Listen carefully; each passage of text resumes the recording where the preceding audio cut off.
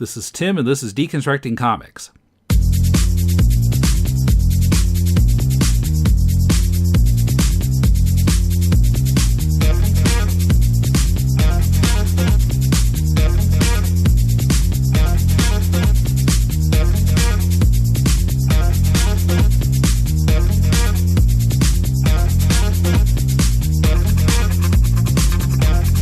Welcome to Deconstructing Comics. This is Tim in Tokyo.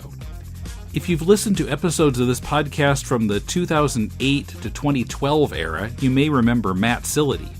He made a graphic novel called The Homeless Channel. He was in the San Francisco comics collective Writers Old Fashioned, and he currently chairs the MFA program in comics creation at California College of the Arts. He used to recommend comics creators for me to interview, some of whom have been on multiple times, like Steph Godfrey and Jason McNamara. This week he's back and we'll get caught up. And then he introduces another interesting creator, Thi Bui, who I'll talk with in the second half of this episode. Thi wanted to write about family history, spanning back 2 generations to Vietnam, where she was born, and she thought comics was the best medium for doing that. So she learned to make comics. The result, her book, The Best We Could Do, is top-notch, and we'll talk about that and how she now finds herself teaching comics. First, just a reminder that you can help this podcast by making your Amazon purchases via deconstructingcomics.com/Amazon. Make that your bookmark for future purchases. We'll then get a percentage of what you spend. It costs you nothing extra and helps us cover web hosting and the other costs of presenting this show every week. We really appreciate your support. Okay, so I'm on with Matt Silady, who people might know if they've been listening to the podcast for a long time or gone back in the archives. How are you doing? Oh, I'm doing great. I'm excited to catch up with you after all these years. Yeah, well, you haven't been on the show in almost 5 years. I looked it up. The last one was episode 332 in 2012, and you had just become chair of the comics teaching program at, California College of the Arts. That's right. And you were right. talking about being locked in a jail cell for your art. That's right. I was serving a residency at an art gallery that had a dungeon in the basement. It's fantastic to think about what's happened in those years because we're going into our 5th year of the MFA in Comics program at California College of the Arts, and we've graduated 2 classes. We've got 30 students coming out in July to work with us in 3 different cohorts. It's really become something in those last couple years. So, wow. Okay. Yeah, but you were on 4 times on the show 4 times between 2008 and 2012. One of those times in person when I was in San Francisco. Yeah. We had Justin Hall was there for that, and we ended up hiring Justin Hall as one of our full-time professors in the program. Because that very first year, just after I spoke to you, we had our first cohort of students come in, and we had 4 classes during that first summer for them to take. And then they left, and it's a low residency program. So during the fall and spring semesters, our students, some of them stay in the Bay, but a lot of them go back home all over the United States, all over the world. And during those fall and spring semesters, they work on their comics.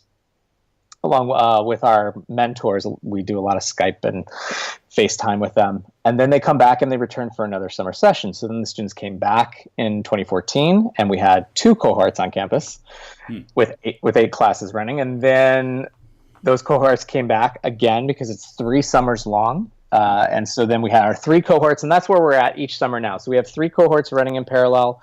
We have 12 classes running. We have a faculty of 15. It's really it's grown into something we're really proud of. Wow, that's great. Okay. And yeah, actually, I guess I might as well repeat the story for listeners who haven't gone back to the archives. But back in about 2008, I guess, Brandon and I did a review of your graphic novel, The Homeless Channel. That's right. And I think it was me who commented that perhaps the way that you did the art made you lazy. And you very nicely, very politely, very diplomatically wrote to us and took exception with that. And so then I had you on the show the first time. Yeah, I remember that fondly because listen, I had other critics say that my art stunk, and for some reason, when people were telling me that my art was no good, I was like, "Yeah, cool, I can live with that." But it was with all those hours I spent making that stinky art. so yeah, but now that I've been teaching comics for I started in 2008. So we've been teaching comics for quite a few years. So hopefully the next time you see some of my work, it's come a long way. Have you had time to do anything more? Yeah. Well, so it's been an interesting couple years. I'm really lucky. I feel really fortunate that every day I get paid in some form or another to work in comics. Now, it's not always making my own comics. Either I'm chairing or teaching. But I've actually been able to spread out and take on some really fun projects. I'm doing a lot of editing now. I'm editing a business communication graphic novel. So they're basically, it's like how not to piss off your cubicle mate, but in comics form. So I get to do editorial work like that. I'm doing a documentary. I'm directing a documentary on a cartoonist named Josh Cotter, who has worked out with Fantagraphics. And we spent a week on his farm last fall and shot tons of footage, and I'm actually going down to LA this week to finish editing that. But the project that I was really excited about the last couple of years was San Francisco has a weekly free newspaper. One of those newspapers that's in a newsstand on every corner. It talks about what's going on in the city that week, but then also has news, reviews, movie reviews, all that sort of stuff. And I got to co-edit the issue where we turned the entire issue in kind of a surprise into comics. So whether it was the letters to the editor, whether it was the movie reviews or the feature stories, we even got Dan Savage on board to let us turn his his weekly advice column into comics. And so for that piece, I got to do the cover and I got to do some of the interiors, but really it was about shepherding all those projects. So one of the things I've really fallen for over the last couple of years is editing and being able to bring in artists and writers and bring them together and sort of help, because sometimes artists and writers don't speak the same language. So being able to help that happen. And tonight, after I get off the phone with you, I'm going back.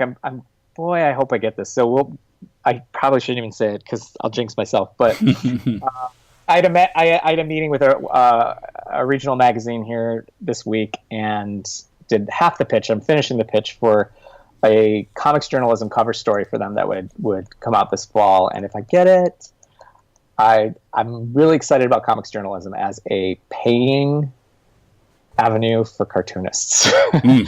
So a lot of our alum that finished with our program, they're working on these big graphic novels and these big serialized comics, but for the day-to-day bills, a lot of them are doing comics journalism, and it's one of the few avenues that it isn't just like, oh, I hope my sales are good. Like they get paid up front. So that's what I've been up to. Yeah. Comics journalism is a little bit confusing term because it could be writing for the Comics Journal or it could be doing journalism in comics form. That's absolutely right. Well, when it comes to comics, we've never been good with nomenclature, whether it's comics or cartooning or graphic novel. We can never settle on what anything's called, and it all overlaps. But yeah, no, I'm referring to the act of doing journalism in the comics form as opposed to covering comics as a journalist. Right. Yeah, and when I was in San Francisco in 2014, I think you were out of town. I didn't get to talk to you, but I did get to, through Meetup, I found this, there was a panel discussion of comics journalists that I covered for the podcast.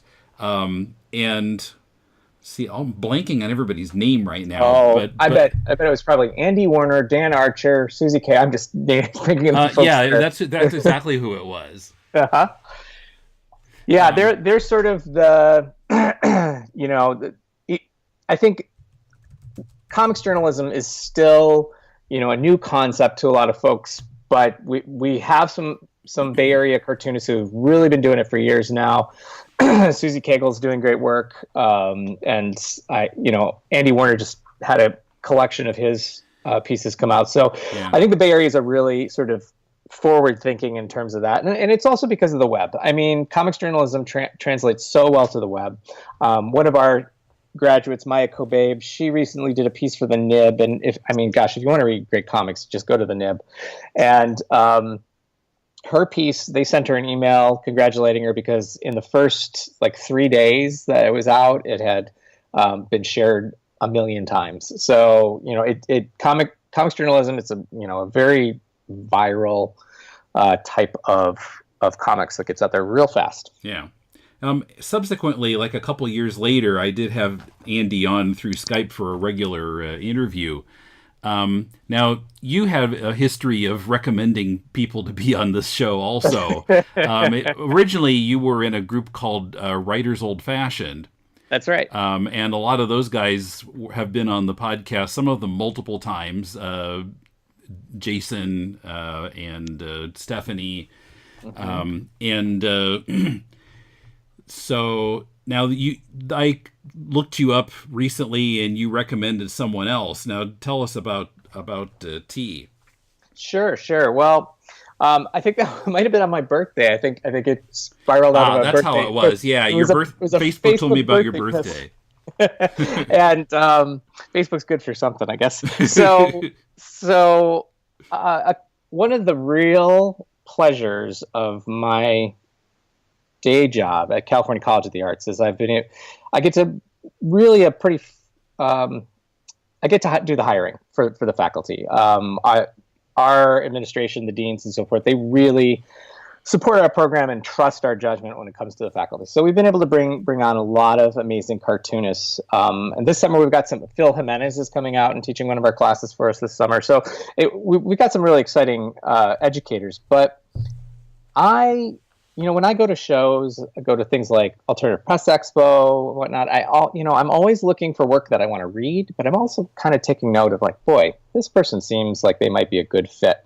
And I met Thi right when the program was starting, and there really weren't any spots open for her yet to teach, but I had a copy of her mini comics, and I said to myself, I want to keep an eye on Thi Bui because I felt there was something there. And a couple years later, a mentoring position opened up for us, and I sent Thi a note.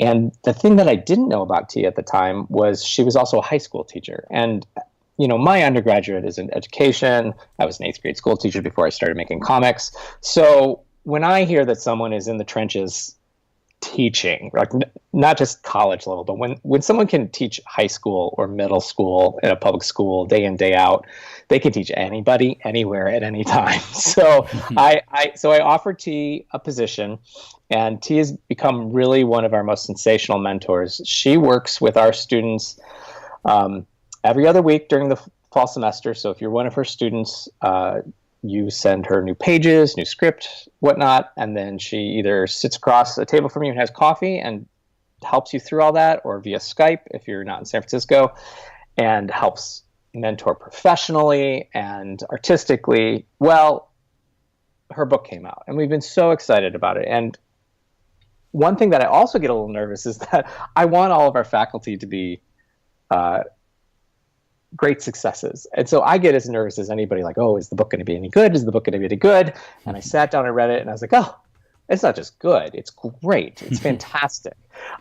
Nicole George is another one of our instructors. We're doing her book release this summer for her new book, Fetchin', getting great starred reviews all over the place. So it's both exciting and a bit of a relief. You're like, yes, they hit it out of the park. So the best we could do is Thi's memoir. Memoir comics, like comics journalism, is one of the fastest growing areas in comics. And I found it both from a cartooning standpoint, sort of from a, just with my critical teacher hat on, just great cartooning, great craftsmanship, but then at the same time, really, really moving. So I'll start there with my thoughts on. Yeah, well, one of the things that jumped out to me most was actually in the preface. When she says, I put this quote in my notes, she was working on trying to find a way to tell the story. And I guess she had written something just as prose. She said, I didn't feel I had solved the storytelling problem of how to present history in a way that is human and relatable and not oversimplified. I thought that turning it into a graphic novel might help. So she then had to learn to do comics, she said. And that I thought that was really interesting, especially as someone who does a podcast about comics and making comics, that someone kind of came to it from that direction. Not, I like to do comics, what should I write it about? But I need a way to tell the story. Oh, maybe comics is the way. So now I need to learn to do that. I don't think I'd ever heard anyone approach it that way before. Yeah, let's take this difficult, complicated story and try to invest the time and effort to master the most complicated and difficult art form. the one where you have to wear so many different hats, from graphic designer to letterist to you've been talking about this for years. So I think it was really an exciting part of the process to watch. From what I saw in her first minis, which like the first minis I put out, where you're just kind of fumbling and stumbling and like, oh, that's how you draw a nose, that sort of thing. And then watching her get to the point where she really, you could see the confidence grow and now see it all on the page. That's another reason why I think she's an excellent mentor for our students, because, the bitter taste of figuring out how to lay out a page for the first time is still, in her mouth. So she sees a student, struggling. She has a great deal of empathy for that and knows how, to take them from sort of square one. How do I do this to completion of the project? She also is a great mentor for our students because she focuses on story first. And I think a lot of cartoonists can get ahead of themselves and be like, I want to draw this fantastic thing that's in my head, which is great. But the idea of really hammering out the story is, I think, one of the important things. And then comics have a natural tendency to hold, sort of narrative tension. People, I think, sometimes misattribute comics as simplifying. I mean, I think we think of a cartoonist, in some ways, I think, rightfully, we think of a great cartoonist as someone who could take a complicated image and render it in 7 simple lines, right? That's Charles Schulz. And there's something to be said about that.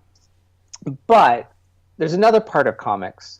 When you have text and image butted up against each other, and naturally there's going to be, an interesting relationship created, that third relationship. So you have the message from the text, the message from the image, and that thing that happens when they combine can be really rich and complicated.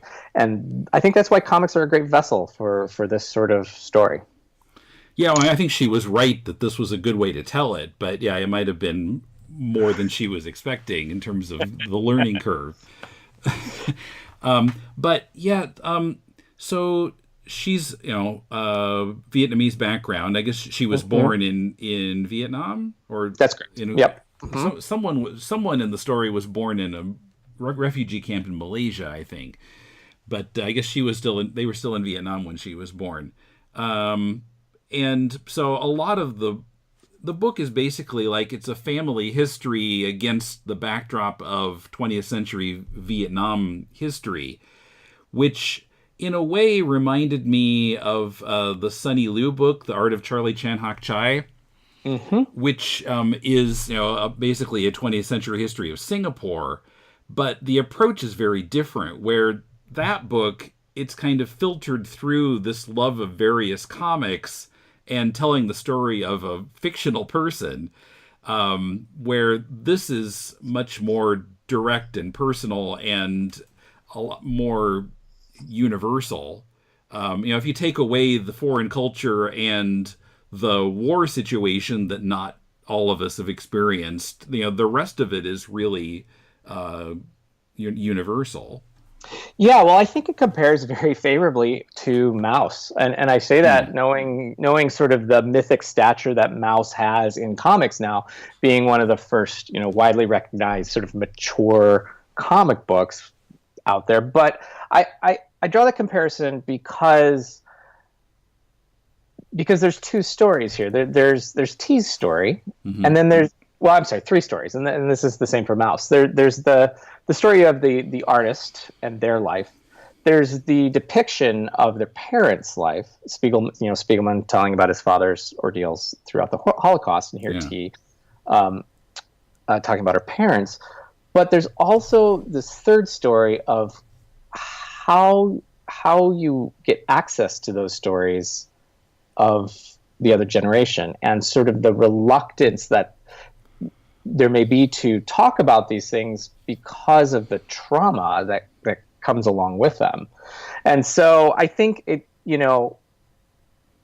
balancing those three is one of the things that I think makes this, when you say it feels universal, I mean, I think that's part of it. Part of it is that we all, I don't, I can't speak for you. I think about my parents, and I think I know my parents, I've heard some stories. I mean, I know where they were born, and I met my grandparents, but you also know that there's this whole like hidden life that your parents have that in some ways you may not have access to unless you really make that concerted effort to get that information. And then when you're talking about families that are immigrant families on top of it, and the thought of, potentially losing that part of the family history, it gives it an extra level of, what's the right word?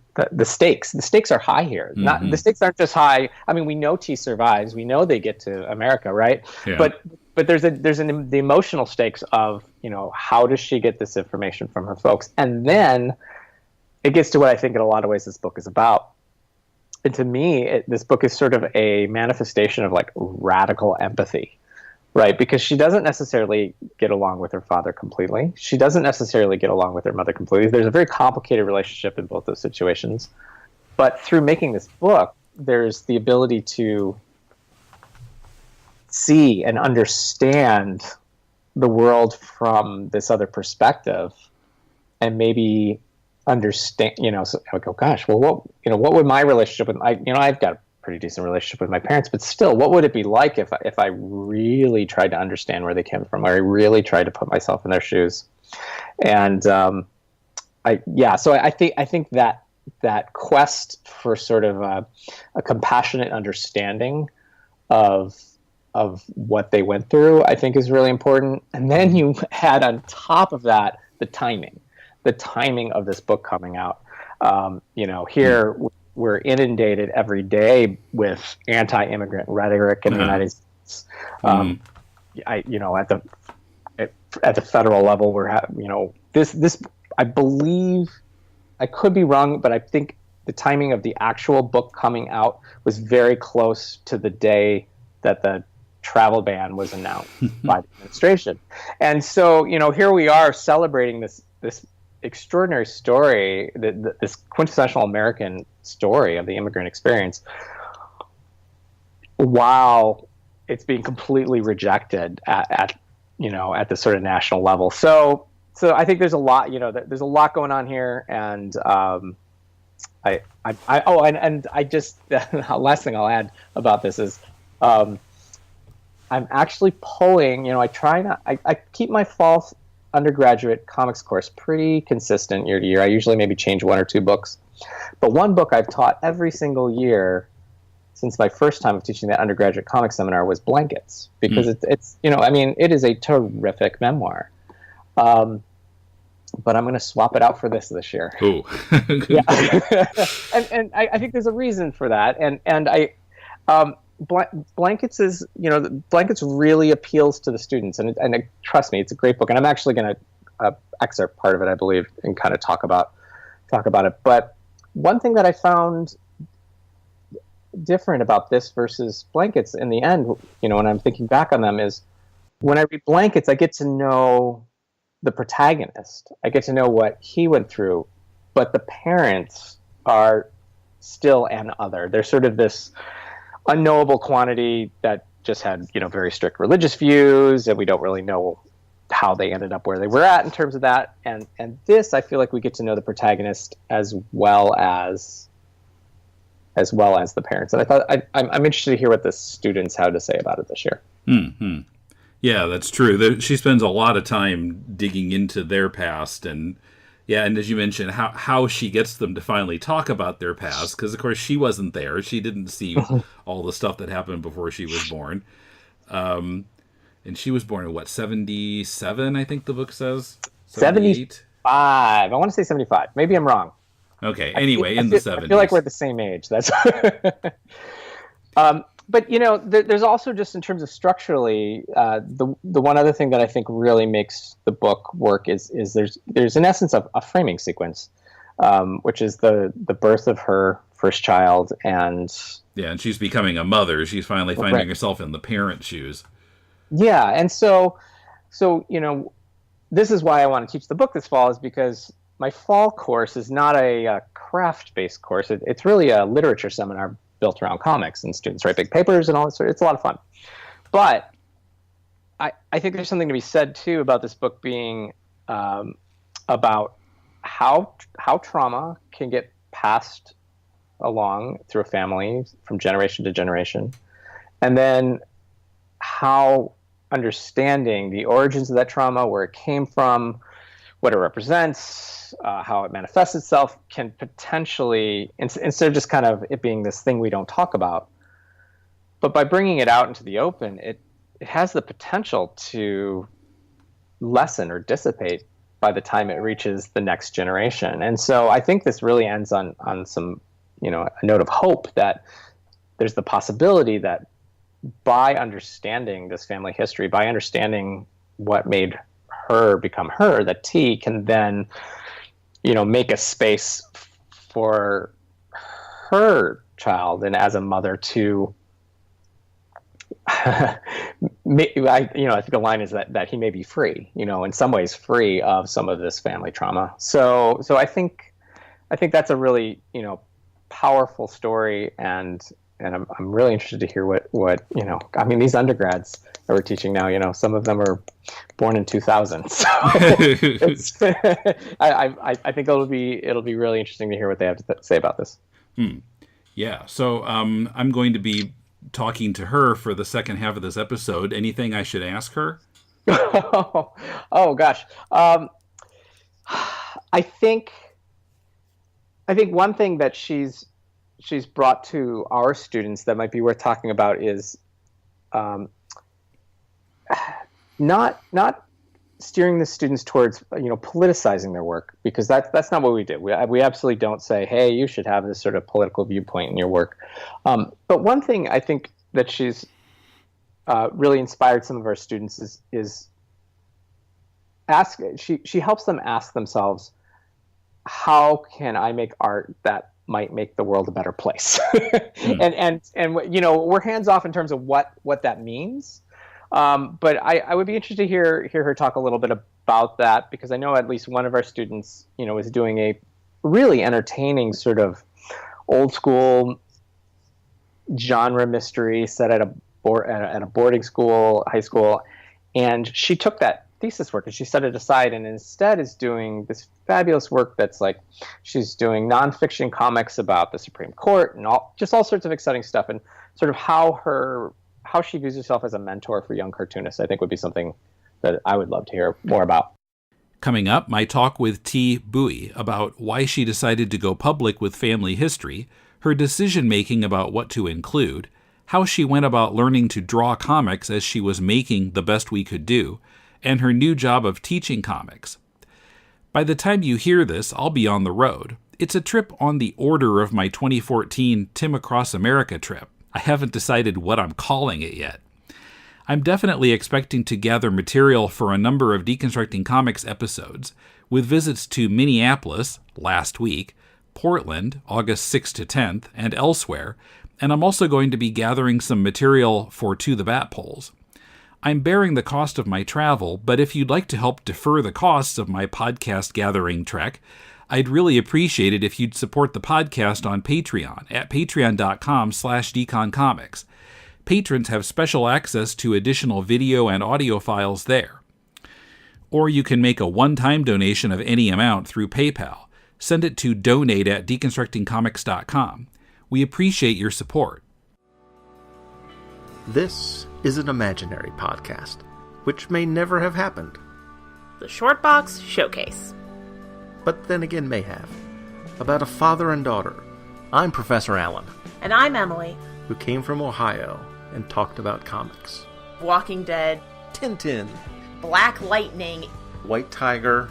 It tells of their rise to glory, when the great guests were yet to be booked. Let's put it this way, Shogun Warriors wasn't going to win any Eisners.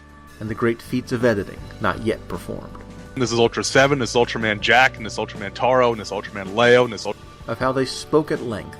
Continuity is really the brainchild of nitpicking nerds the world over. But to be fair, the best kind of confession is the Force confession. And reviewed in brief tales that explore creatively the bounds of a given character's history. Red Sun is wonderful with a very strange ending. Of brilliant creators before their fall from grace.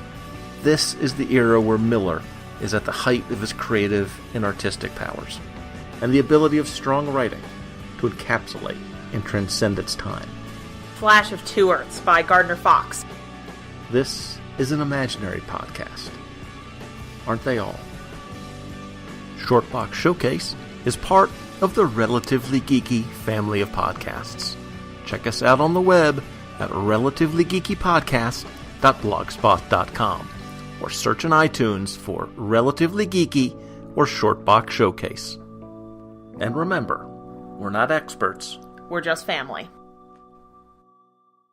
Okay, so now I'm talking with Thi Bui in California. How are you doing? I'm well. How are you? Yeah, pretty good. So I read your book. I talked to Matt about it. And see, the first thing I wanted to ask you, so according to the book, you left Vietnam when you were 3 years old? Mm-hmm. Do you have any memories of that? Of being there or getting out of Vietnam? Yeah, 3's a tricky age to remember. So I think I have 3 distinct memories that are of my own. One of them is just a happy memory of like riding on the front of the family bicycle. And that was in Vietnam. We had like a bicycle with like a seat in the front, and I got to ride in the very front. And then there was my mom, my dad, and my 2 sisters also on the bicycle. How big was this bicycle? It's just a regular bicycle. But that's how you ride. Normally it's on like a moped or something, but we just had a bicycle at the time. And then my other 2 memories are of the boat that we escaped on, like lying down in the boat. I remember it was very uncomfortable. And then I remember seeing a snake in the camp, in the refugee camp. And those are my 3 earliest memories. That was in Malaysia? Yeah. Okay. That's interesting. Yeah, you don't remember the war or anything like that. It's these kind of little crises, like a snake. Right. Yeah. I have a 4-year-old nephew who I've been observing really closely.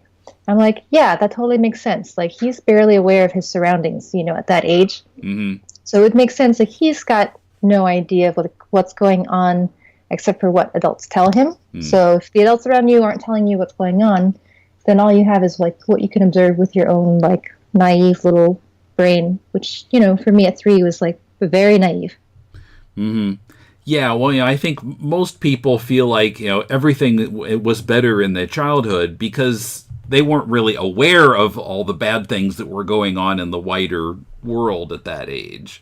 Yeah, you don't have the same responsibilities that you do as an adult. So as a child, all you have to do is like just, get by on your own. At the same time, though, I think that there's a lot of stuff that you do absorb unconsciously, like you absorb the stress of the adults around you. Like I've been noticing from a lot of parents these days, like since our election, like the kids are freaking out because the parents are constantly unhappy and talking about the news. Yes. Yeah, I'm hearing that kind of thing from a lot of people, and not so sorry that I don't live in America right now. But anyway. I bet, yeah. But I'm paying attention to it all the time. Yeah. So what motivated you to put your family history out there? I think well, I mean, when I started, it was kind of motivated by revenge against, like, I grew up with a lot of bad Vietnam War movies, and I was disappointed when I went out in search of like alternative histories that like presented the Vietnamese experience of the Vietnam War. I didn't find that many. Like in American narratives of the war, Vietnamese people are given a very small part, even though it was like a war in our country. And then when there is a Vietnamese character, they're oversimplified. And I just wanted to present like a more diverse set of experiences, just to show that, of course there would be like many different ways to experience the war if you're a Vietnamese person, that there's no single story that could represent that. And the best I could do was tell true stories of people that I had access to. So the first people were my own family. Mm-hmm.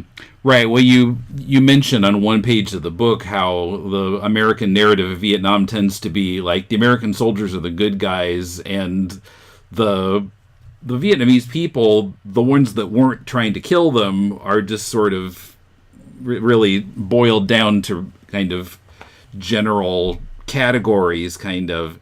And in general, I think, especially if they're different language, different culture, maybe different ethnicity, different race, maybe we could say, the refugees tend to be really sort of dehumanized in the way that we think about them.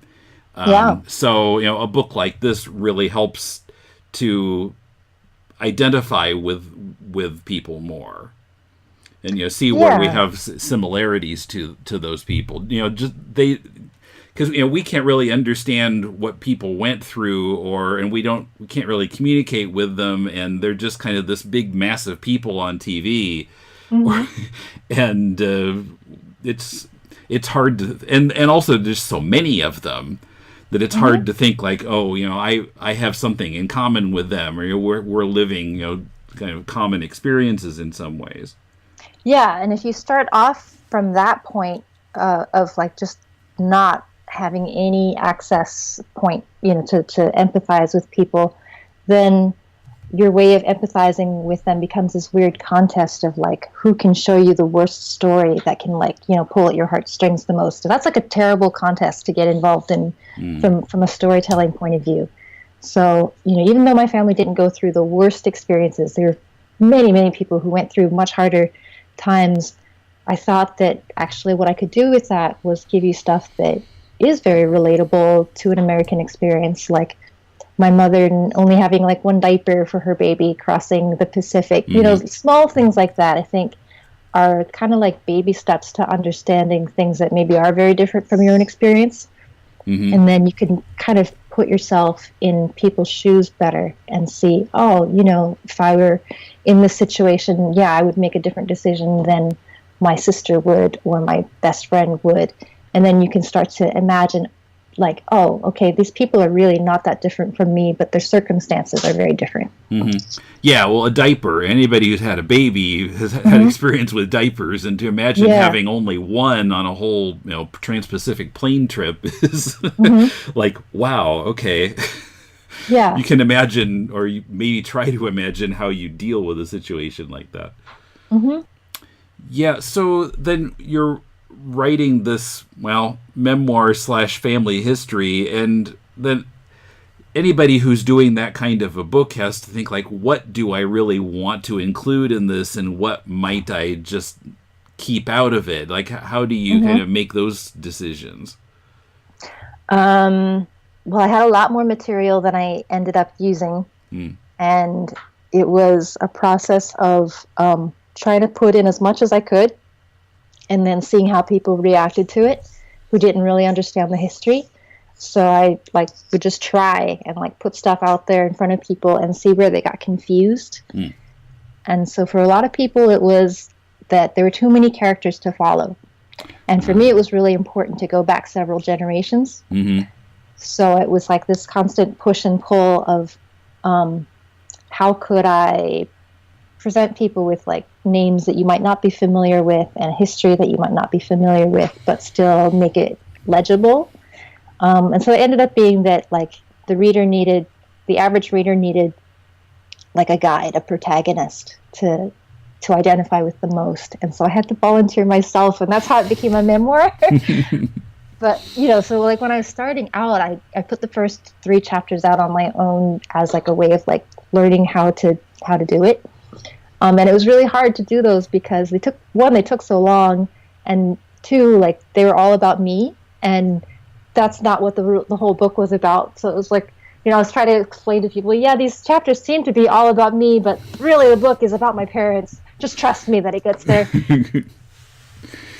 Yeah, well, I did have a little sometimes reading about your parents and grandparents, I kind of start to forget which generation I was in. Uh-huh.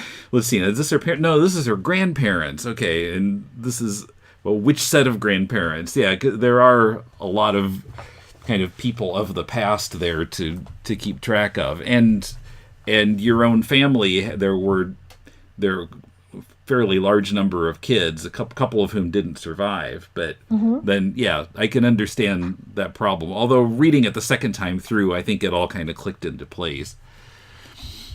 Yeah, the last edit I did was like, I was a little bit panicky about like whether it was confusing when I switched narrators, because that was another thing that I did.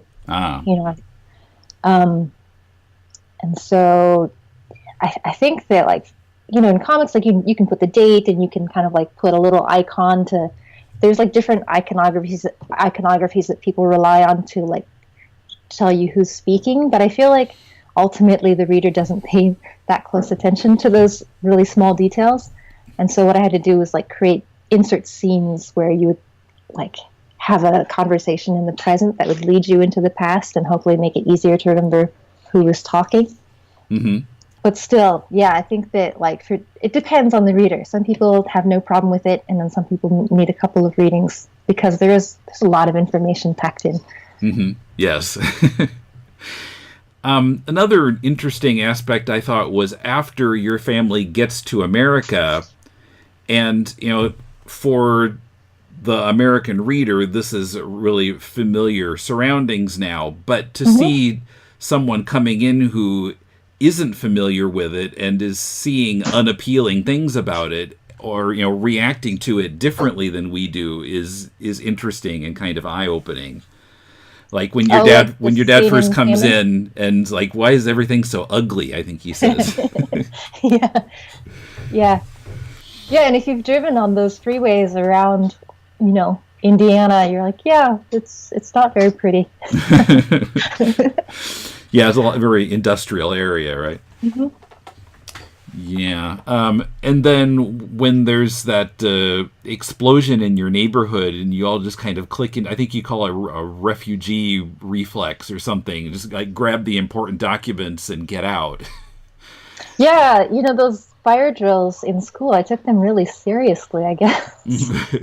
Yeah, and the other kids are all just messing around, right? And I was ready. And it's life or death to you. Yeah, because if you've been through real emergencies, it makes a difference, right? If emergency is just something you've seen other people deal with on TV, you don't take it quite as seriously. Right. Whereas if you have already had to flee, for your life with just the clothes you're wearing and your important papers, you realize how important those important papers are. Mm-hmm. Yeah. I'm still a little stressed out about it. Like I had to surrender my passport recently so that my husband could apply for citizenship. He's from Canada. Wow. It made me really nervous to surrender the only thing that proves that I'm a citizen. Am I going to get this back? I know, right?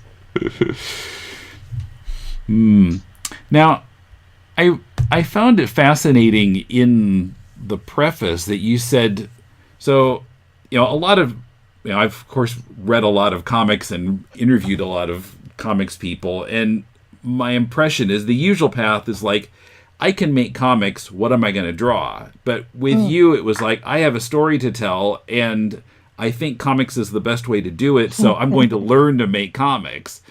Yes. It's kind of an unusual path, I thought. Talk about why you decided that comics was the best outlet for your story.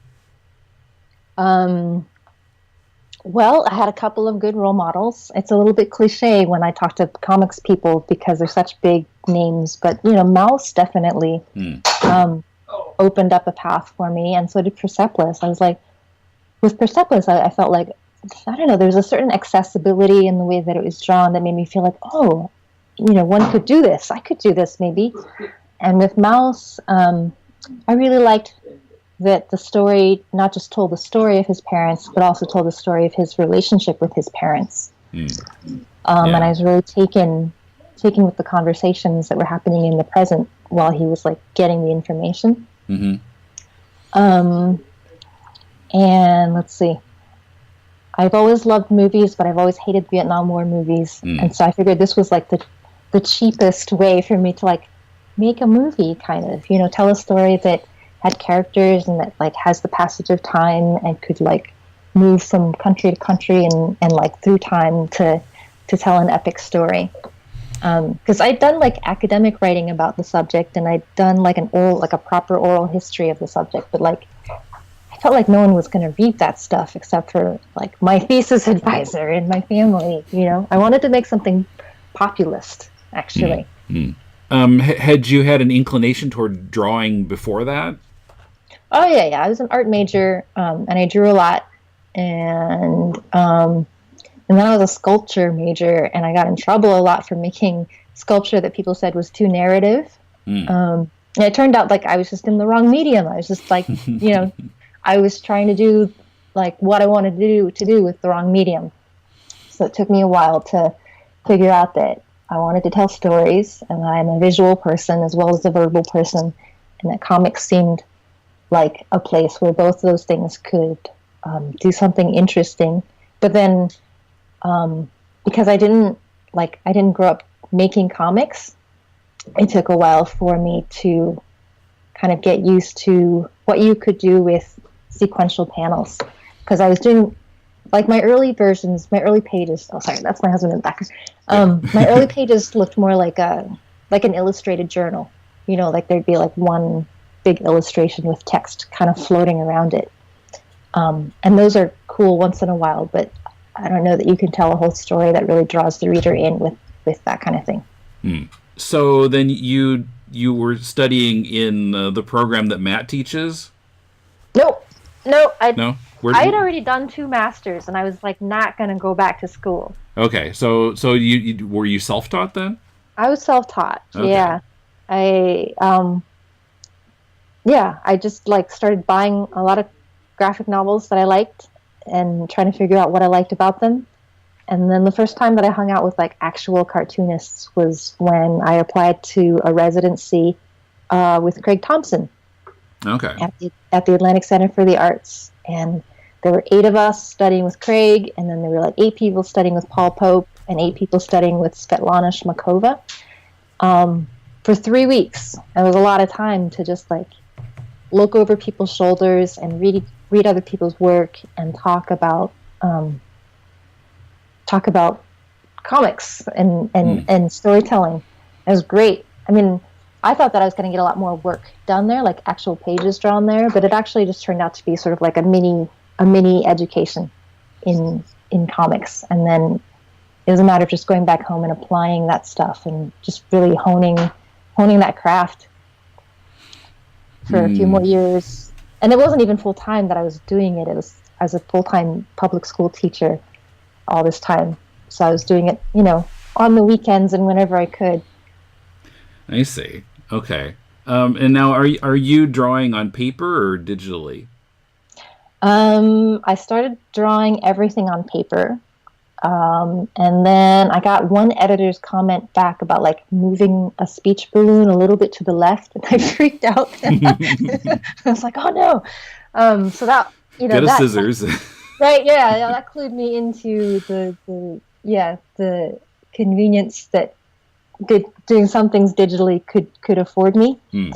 And then once I figured out that speech balloons could maybe go some like in Photoshop, I was still doing ink wash on paper, And then as I was working with the book designer at Abrams, who's my publisher, we were talking about the best way to get like one spot color in.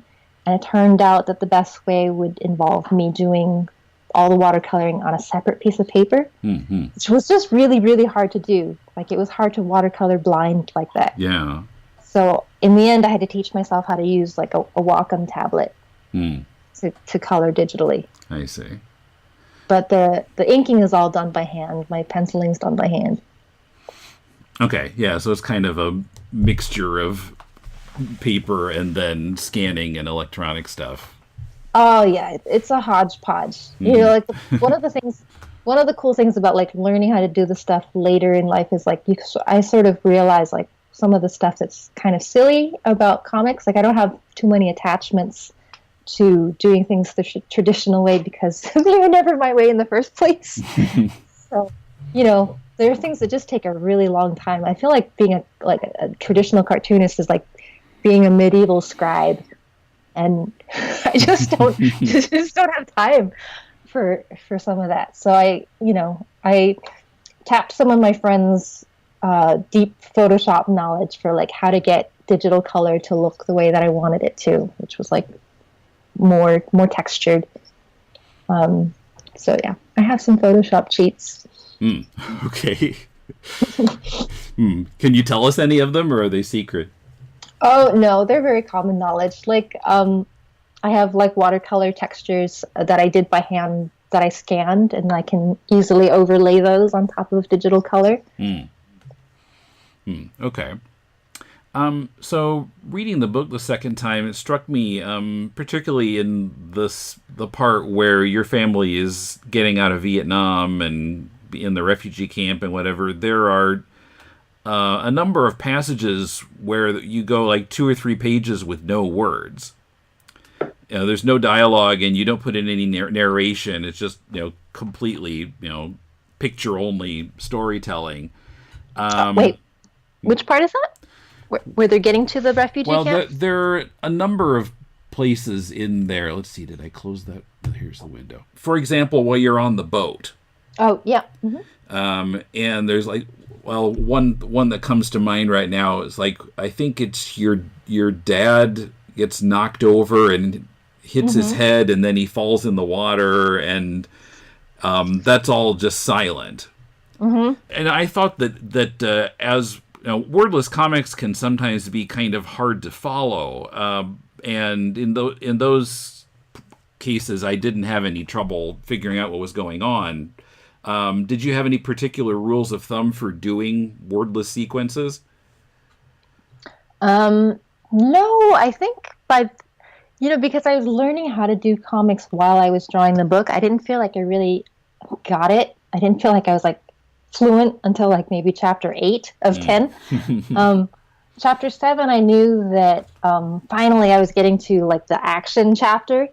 And so finally I could get away from narration. And so like that was like just a cool like formal thing for myself, was like to give myself a break from narrating and just have dialogue and action to action sequences, because there was actually finally a lot of action. And so when I got to like the hardcore action of like my dad getting knocked off the boat in the middle of the night and we're just arriving to shore, it just seemed appropriate to make it as actiony as possible. And for me, that meant like, if there was no dialogue, there was no dialogue, because it was just him and this moment of survival. But yeah, I mean, I can imagine a lot of comics people sticking narration into that scene. Like my dad hit his head and fell out of the boat, and he was unconscious and he sunk down or something. I can easily imagine it being narrated, but really, if your drawing is good enough, you don't really need that. Yeah. Your representation of what, not just the quality of the drawing, but of what's happening in it and how clear it is that what the event in that panel is.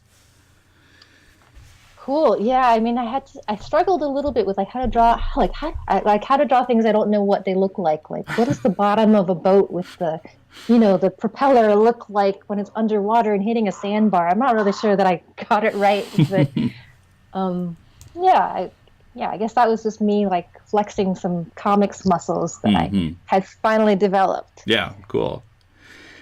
Now, page 267 was kind of startling, where suddenly, after just seeing drawings, suddenly we've got actual photos of your family that taken in 1978.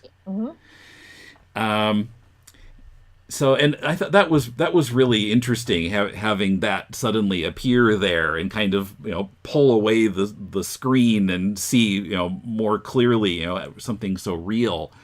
And now you're 3 years old and you're in your mom's picture, so your name isn't there, but the other photos they're kind of like mugshots with the person's name underneath. Explain to me how Vietnamese names work, because it seemed as if everyone in your family was kind of going by what we might think of as a middle name. No, so the family name goes first, your last name goes first, and then you have a middle and first name that go together. Okay, so the first name is first, quote unquote, is last. Yep. Okay, so the middle name is a middle name. It just okay, that's why. Yeah. So often, like your parents give you a middle and first name that have like a meaning when they're put together. So my middle and first name are Phuong Thi. So that's what my mother calls me, is Phuong Thi, and like that means beautiful poem. So like Vietnamese parents go through a lot of trouble to like give their kids these like lovely names, and like Vietnamese is very poetic, and like you can create some really unusual meanings by putting like two unlikely words together. And then we come to America and like we reverse the order and we drop our middle names, and it's all very short and like very disturbing to our parents. And my mom thinks that my name is too short when I just say Thi Bui. I see. So you started out doing this book, teaching yourself to do comics from looking at other comics, and now I guess you're teaching comics, Matt said? It's funny, right? Had you kind of set out to do that, or how did you end up starting to teach comics? I got called in as a substitute teacher for GB Tran. GB Tran is what? He was my predecessor. Okay. Yes, GB Tran did the other Vietnamese American graphic memoir called Vietnamese and American. Okay. And his book came out. It's beautiful. It's also like his story of his parents leaving Vietnam. His story is like slightly different than mine in that like they left in 1975, so they weren't boat people. And he was younger when he did it, so like the perspective is of like a younger person discovering his family's stories kind of for the first time. Whereas I like to say that mine is like an old person's story. mine is a comics memoir for old people. Because to me you're not old, because I'm older than you. Yeah. But I'm definitely not like writing from the point of view of a 20-something-year-old anymore, because it took me until I became a parent to feel like I could deal with all this material that I'd been sitting on for a long time. So get a different perspective then, right? Yeah, I think that like what I would have done in my 20s would have been pretty different than the perspective that I have now as like a parent who understands how hard it is to be a parent. I think it got me to ask different kinds of questions when I was doing my oral history. And it led me to have like different different threads that I was pursuing when I was like laying out the story and how it would unfold. But, so going back to the teaching thing, no, I had just taken a break from teaching. I had just like taken my first year of my leave of absence from high school teaching so that I could meet my book deadline. And then less than a semester later, I got a call from Matt and from GB asking if I'd like to like talk about, just taking over one class where I'd be mentoring grad students working on their comics theses. And so I first I asked Matt, well, who are these people who who are doing a master's in comics? Who are these crazy people? He convinced me that they were great, and he showed me some of their work. I was like, oh, okay. And then I was like, but don't you want someone who's finished a book already? I was like, aren't I underqualified for this? And he assured me that it was going to be great. And it turns out that having a teaching background was the most valuable thing of all, because you're not really there, like as a mentor to somebody else working on their project. You're not really there to like teach them any skills exactly. You're there to like mirror to them what they're doing to themselves, whether it's like sabotaging their own project by like redoing things too many times, or continuing some bad habits, and you're also like just trying to help them through a very long process. It's painful and hard to get through. So having I was almost at the end of mine, so I had a lot of empathy for what it was like to like work on a really long form comic. So yeah, actually, being a few steps ahead of your students is not so bad, because you're maybe more aware of the learning process and the learning curve. So I think I was like closer to where they were at, so I could remember and like empathize and help them through that learning, through that steep learning curve. Getting from nothing to a big thing done. Matt mentioned I should ask you about how you sort of mentor young cartoonists. He said something about you get them to ask themselves how can they make art that might make the world a better place? I don't know. I don't really ask that question. Well, I guess his perception is that that's what you help them do, even if it's not consciously what you were trying to get them to do. But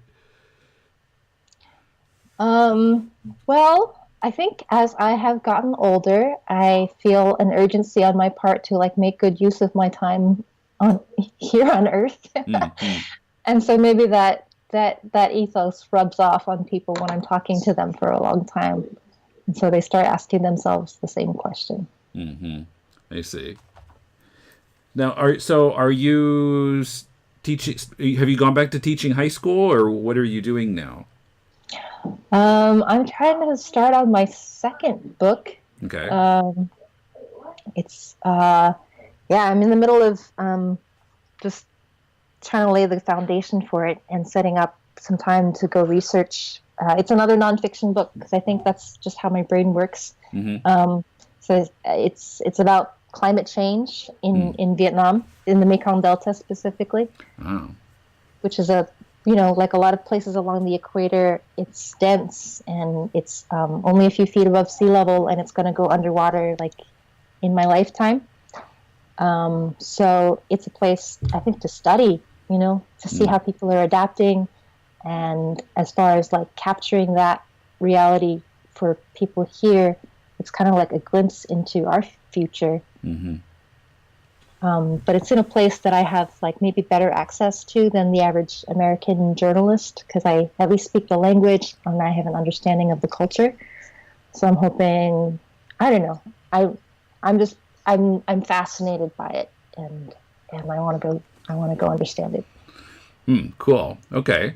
Well, so as someone who figured out how to do comics and has a book out and is now teaching comics, do you have any advice for people getting started? Other than don't do what I did. I know, I'm like the worst example. Unless you are just really, really dogged and have like 10 years to spare, don't do what I did. Maybe try to complete a shorter thing first, because it's a lot of delayed gratification jumping into a big project when you don't know anything. I see what you're saying. Because, I think a lot of people, fiction or nonfiction, they have this like big idea in their head, and that's what they want to put out first. And I have that trouble myself. I haven't done any comics recently, but it's hard for me to kind of think small. Think a short story that would be more manageable to get published and put out. I'm not sure why that is, but we tend to gravitate towards, epics.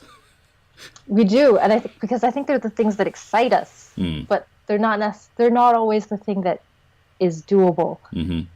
And then it's you get pretty unhappy because you become like a slave to the product, and you sort of forget to take some joy in your work and learn from like what's right in front of you. So I don't know, but I'm a terrible example because I did I did just jump into a big thing and eventually I finished it. But I think that just I'm crazy and really dogged. Well, how long did it take from start to finish? Probably 10, 12 years. Wow. Yeah, and I wasn't doing it full time either. Like I had another career as a teacher. Mm-hmm. But yeah, it meant like revising and constantly learning. And I have like a stack of, pages I drew that you'll never see because they're really bad. Wow, how big? Looks like you motioned about 2 feet tall there.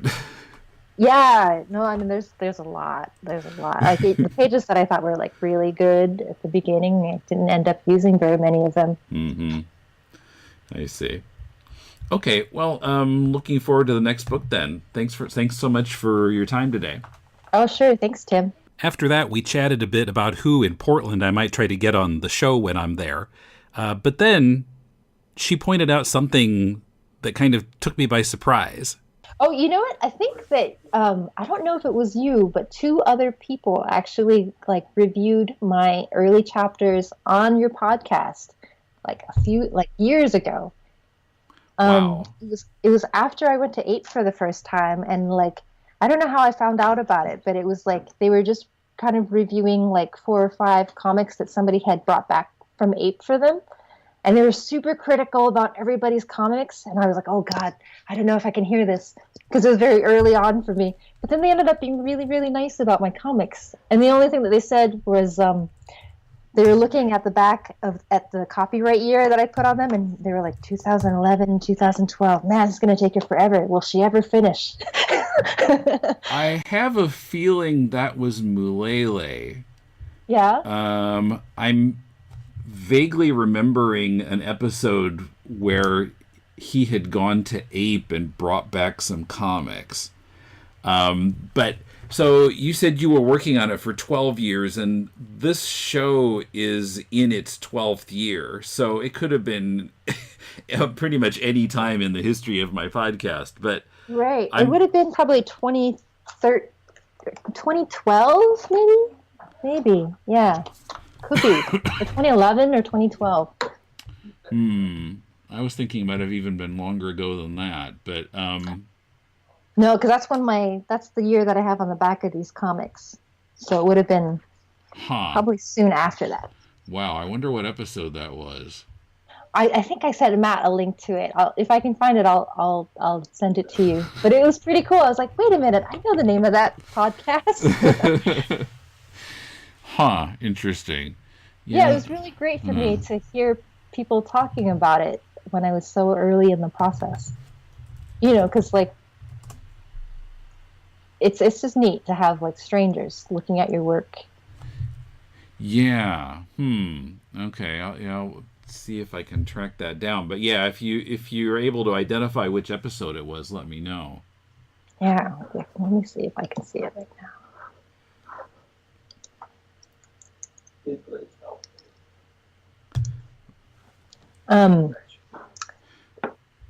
Yeah, and I think it was very encouraging for me to oh, here it is. Found it.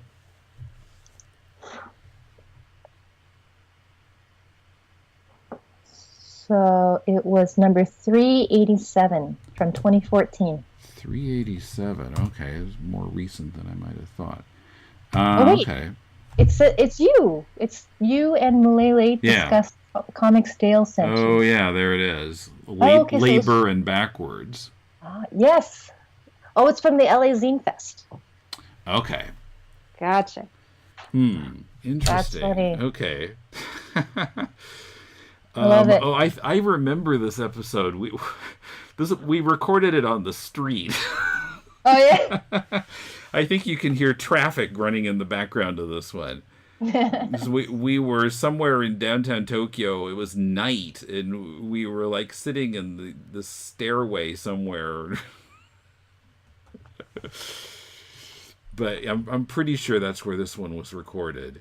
Cool. That's nice to have that like visceral memory of where you were at when you were recording it. I think that was this one, or I might be thinking of another one where we talked about. Let's see. This is Tom Gauld. I'm thinking. Maybe I'm thinking of another time we talked about a Tom Gauld book, because this came out in January. I don't think we would have been sitting out there in the winter. But anyway, you'll have to listen to this one again. Wow, interesting. So Labor and Backwards, were those Chapter 1 and 2. Chapter 1 and 2, okay. Yeah, early versions. Wow, it's kind of coming back to me now, reading about you having your baby. Mm-hmm. Yeah, I kind of remember these now. Yeah. Okay. It's funny, though, because when I read the book, it didn't ring a bell. But, yeah, now that you mention it.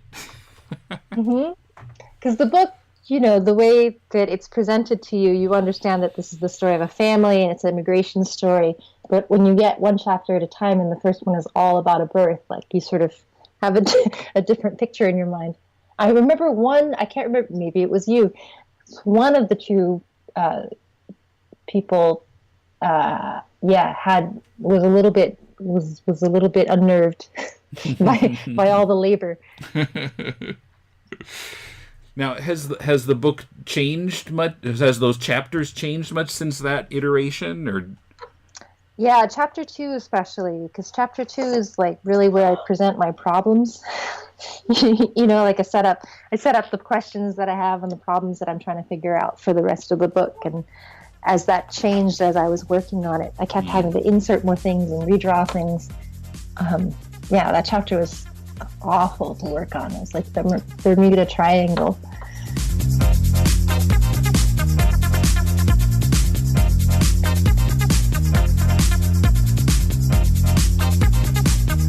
The Best We Could Do is published by Abrams Comic Arts. Find Thi Bui at The Best We Could Do is published by Abrams Comic Arts. Find Thi Bui at thibui.tumblr.com. We'd love to hear from you. Write us at mail@deconstructingcomics.com or look us up on Patreon, Twitter, Facebook, and YouTube. All our social media links can be found on the right sidebar at deconstructingcomics.com. Also, please give us a review on Apple Podcasts or Stitcher. Our theme is from bensound.com. Last Thursday on To the Bat Polls, we talked about the campiest Joker yet, but also a somehow more human Joker in Pop Goes the Joker and Flop Goes the Joker. Look up To the Bat Polls wherever you find your podcasts or at tothebatpoles.libsyn.com. If you're looking for some constructive feedback on your comic, send it to us and Mulele and I will critique it on our spin-off podcast, Critiquing Comics. Send it to mail@deconstructingcomics.com. We'll read at least 30 pages of it and critique it on the show. Our next episode is about a couple of very interesting books from our friends at Big Ugly Robot. That's coming up this Thursday right here in this podcast feed. Next week, Kumar and I dig back in history about 15 years to discuss Warren Ellis and Derek Robertson's Transmetropolitan, the entire 60-issue run. Till then, this is Tim, and thanks for listening to Deconstructing Comics.